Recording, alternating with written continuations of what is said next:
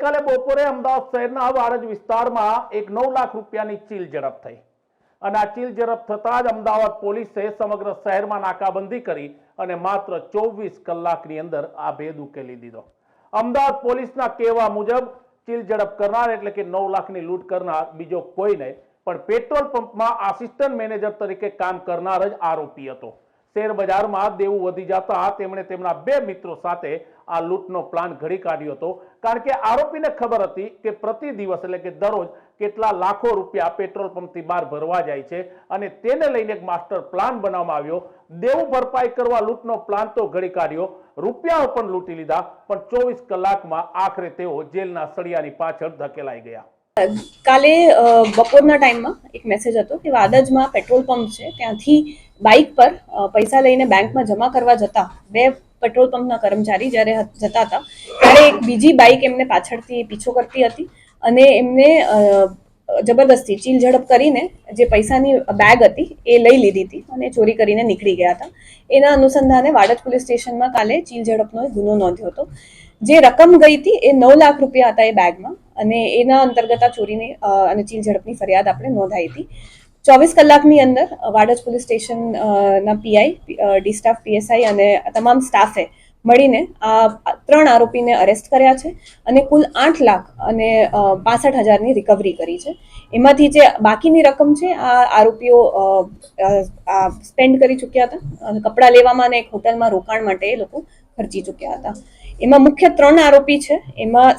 એક હેમેન્દ્ર સિંહ સોલંકી છે જે આસિસ્ટન્ટ મેનેજર હતો એ જ પેટ્રોલ પંપમાં અને એ બાઇક ચાલક જે ફરિયાદી છે એની પાછળ બેઠો હતો, આ પૈસાની થેલી એને પકડી રાખી હતી, તો એનું પણ ઇન્વોલ્વમેન્ટ હતું અને એના સાથે બે અગાઉના એમ્પ્લોય જે હાલ રજા પર હતા પેટ્રોલ પંપમાં, એમાં સિદ્ધરાજસિંહ વાઘેલા અને રોહિત યાદવ, એ બે આરોપી હતા જે આ ત્રણેયની સંડોવણી હતી અને એ લોકોએ આખી પ્લાનિંગ કરી હતી। પ્લાનિંગ પાછળના કારણો શું હતા? આ પ્રકારે કેટલા સમયથી લોકો પ્લાન કરતા હતા અને એના કારણો શું હતા? આમાં જે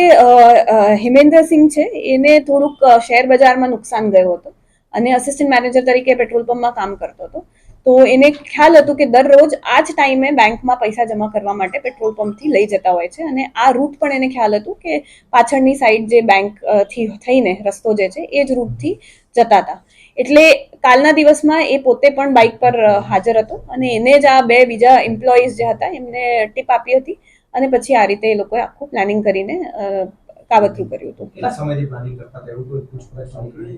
પ્રાથમિક દ્રષ્ટિએ થોડાક દિવસોથી આ એમની પ્લાનિંગ ચાલતી હતી અને ઓલરેડી એમને ખ્યાલ જ હતું ટાઈમિંગ ને બધું અને કયા બેંકમાં જાય છે, કયું રૂટ લે છે, એટલે બહુ પ્રી પ્લાનિંગ તો નથી, પણ 3 એ જ બેંક એ જ પેટ્રોલ પંપમાં એમ્પ્લોય હતા।